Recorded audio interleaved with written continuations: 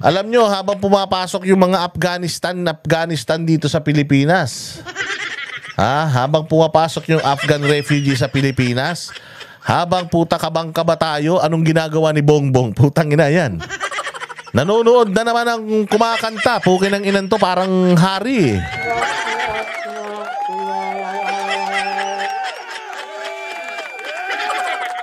Di ba? Oh. Anak ng tinapay. Habang nasisira ang bayang Pilipinas, etong dalawang gunggong na to, ang ina, ayan, kala mo si King Midas at saka si Cleopatra. Ang ina, kinuha nila yung nanalo sa patimpalak sa Amerika. Ang ina, dilawan yan eh. Yung nanalo ng patimpalak sa Amerika, kinuha nila sa Pilipinas tapos pinakanta. Putang ina, ang galing.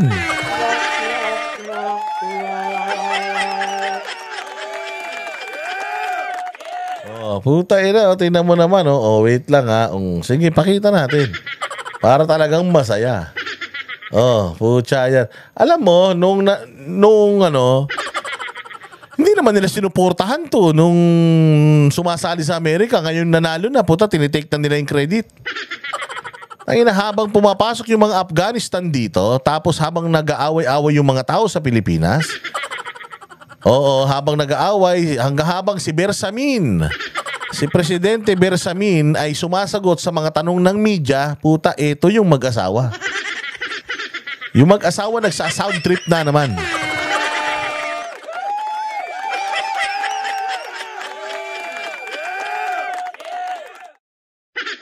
Nagsa-sound trip. Puta, yan na, ba't hindi kayo magpatugtog sa radyo? Ba't kailangan pa yung tao papuntahin nyo sa harap nyo para pakantahin? Putang ina, ano kayo, Diyos?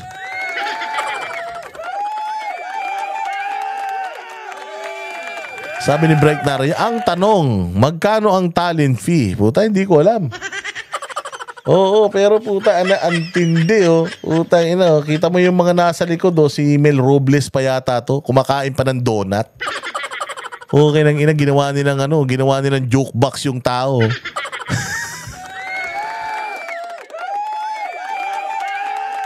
Habang namomroblema tayo sa mahal ng bilihin, sa mahal ng kamatis, kamahal ng sibuyas, at saka ng sabi sabi nung siling pare, sabi ni Jay Gibar, sabi ko, putangin ng Jay, siling pare, wala naman siling pare. Sabi niya, hindi, siling pare, yung malaking sili, putangin na mo, bell pepper, gago ka talaga. Bell pepper, sabi ko. Sabi ko bell pepper, oo, yun nga, putangin na mo, paano naging siling pare yun? Kasi nga bell.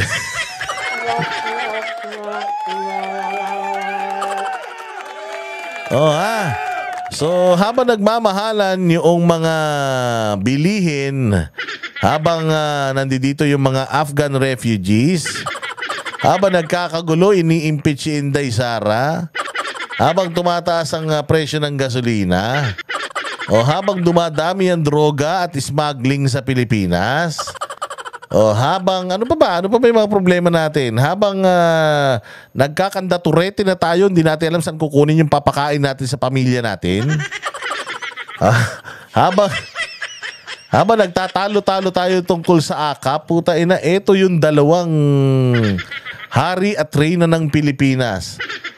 Si Haring Gunggong at saka si Reyna, ewan ko kung anong Reyna to eh.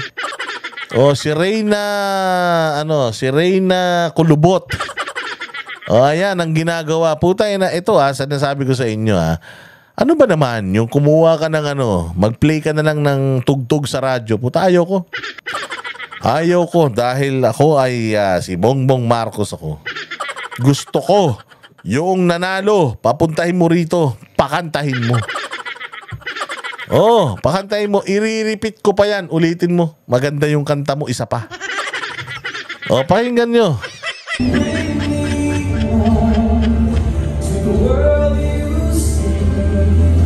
Putang ina, umiiyak pa si si madam umiiyak pa.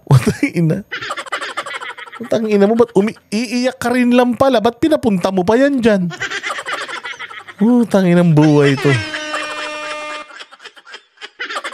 Oh, ayun na habang tinanggalan ng ng PhilHealth ng pera, tataas ang singil ng SSS. Tataas ang singil ng kuryente at tubig. Putang ina, umiiyak si Kokak. Ay, ba't Kokak? Ba't pa kasi Kokak? Hindi naman palakayan. Si Mrs. President na lang. Putang ina, hindi ka ba naman maiiyak niyan? Putya, pwede namang mahal na mahal ka masyado ni Bongbong. Pwede naman siya magpatugtog sa radyo.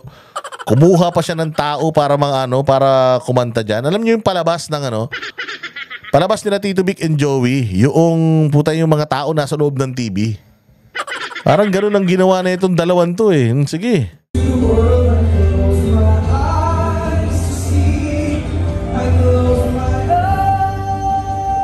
Sabi ni Bongbong, oy, psst, alam mo ba yung kinakanta nito? Sabi ni Madam President, hindi. Putang ina mo, ba't umiyak ka? Tinan nyo. Tinan nyo. Ayan kasi umiiyak si Madam eh. Umiiyak eh. Yan, sabi niya, hoy, psst, ano yung kinakanta nito? Alam mo? Anong sasagot ni Ma'am? Alam mo? Hindi. Hindi ko alam. Putangin mo, ba't umiiyak ka? Trip ko lang, gago. Mas marunong ka pa.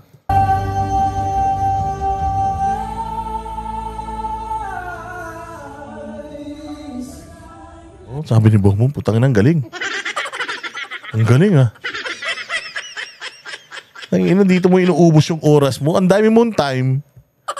Bongbong, ang daming problema ng Pilipinas. Putang ina, pinakanta mo pa yung bisita mo. Sana pinakain mo na lang. Ilang buwan ng kanta yan.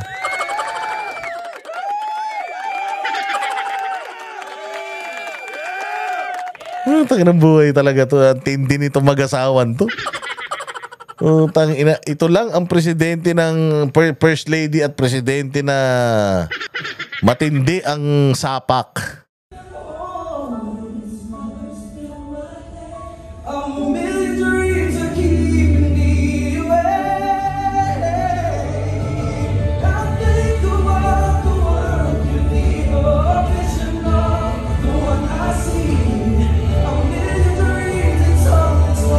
Ako yun naiyak si Bongbong. Shit. Ang galing.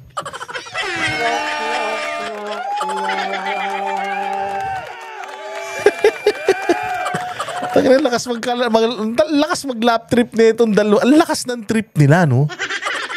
Tangina, sabi nila, magpa-concert tayo ulit? Wag. Tayong dalawa manood nung kumakanta. Gusto ko sa harap ko. Pakantahin mo yung bisita, putang ina yan. Nag-imbita. Papunta ka rito, Lika. Iniimbitahan ka namin pumunta sa aming kaharian. At amin ikaw ay i-congratulate ng personal. Pumunta naman to si Kuya. Putang ina yan. Anong gagawin mo? Kanta ka, sayaw. Puta, parang yung anak mo. Di ba parang yung anak mo, pag nandiyan dyan si Ninong, kanta na. Kanta ka, bilis yung kanta mo sa school. Kantahin mo.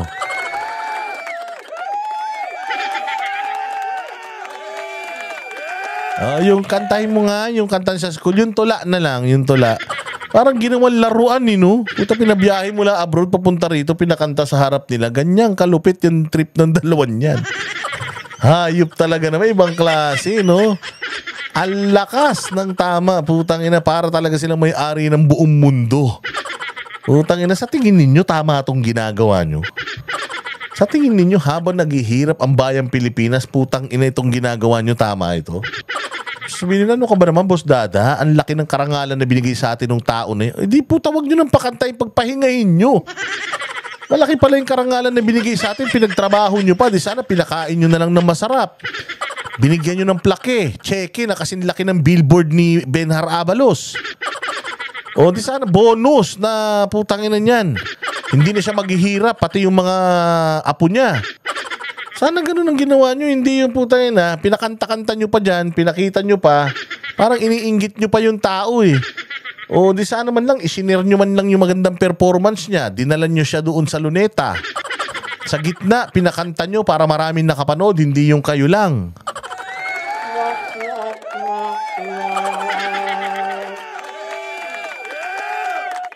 Parang Parang sabi ni Diego Lati, walang pakialaman ng trip. Sa bagay. Oo, walang hiya. Oh. Nag-request pa ng battle song. Hindi niyo pa pinakanta na madali. Yung mahirap pa pinakanta nyo. Baka naman putang ina, juice lang pinakain nyo dyan, ha? O, sige, diretso.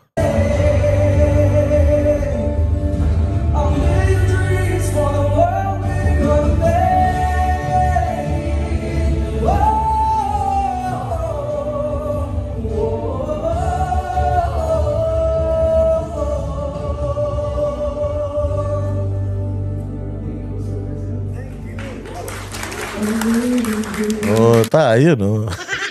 Si Mel Robles. Tayo na, wala na si Mel Robles, ha? Di ba wala na si Mel Robles? Hindi na gabinete ito. Ba't sa Malacanang pa to? Ang inang buhay ito.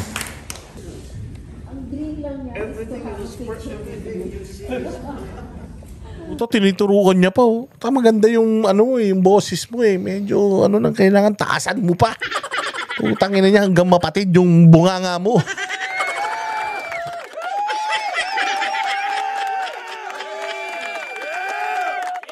I will never sing again. Promise? Never again. Never. If I cannot learn how to sing that way, I will not sing again. Wak ng puto. Tangina mo, kumanta ka na lang sa bahay nyo. Bongbong, meron po siyang, if I cannot sing that way, I will not sing again. Ulul. Ang inaayusin mo, problema ng Pilipinas, hindi yung problema mo sa pagkanta. Kahit hindi ka marunong kumanta, kung magaling kang presidente, okay lang. Tangina, bopols kang presidente, tapos di ka pa marunong kumanta. Wala kang talent. Alam mo, meron pala. May talent pala to si Bongbong. Asarin tayo kahit na hindi pa siya nagsasalita. O ito yung mga taong gumising lang sa umaga, asar na tayo.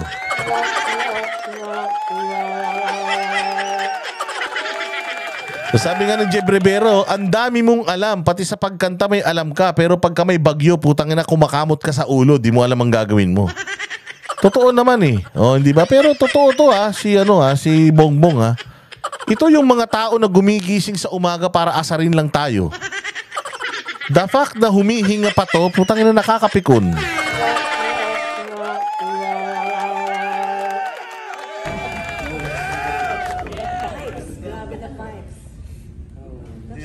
The other comment that si Irene at saka we watched you, we were singing with other people. Nasa level ka na, you're so generous. Ito, kala mo matalino. Ang dami sinasabi ng hayop. Wala may tutulong sa bayan yan, yung mga pinagsasabi mo. Mahal na ng mga bilihin. Putang ina, nag-advise ka pa sa singer, di ka naman singer. So generous. Pag kailangan mag-feel, nag-feel ka lang. Pag kailangan ikaw mag-solo, that was something, that's a real sign. It's all about the music, it's not about you. Expert ah. Tangina mo, member ka ng Beatles. Puta, may nalalaman pa siya. Puta, pagka gusto mong umano, kapag gumaganon ka, putang ina, ang galing-galing mo, Bongbong. Ang galing mo naman palang vocal coach. Tangina, nag-vocalist ka na lang sana. Di ka na sa nag-presidenteng hayop ka.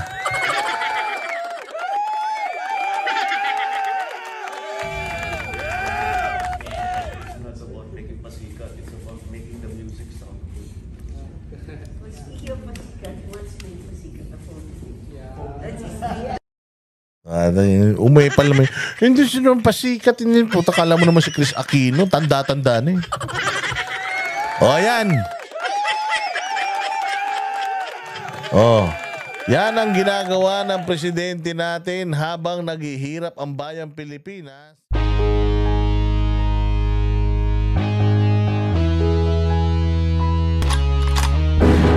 Yan ang banatero, walang inuurungan. Pag tama palakpakan, pag mali ay babanatan. Yan ang banateros, boses ng ordinaryong Pilipino. Banateros ay walang makakaawan, walang inuurungan.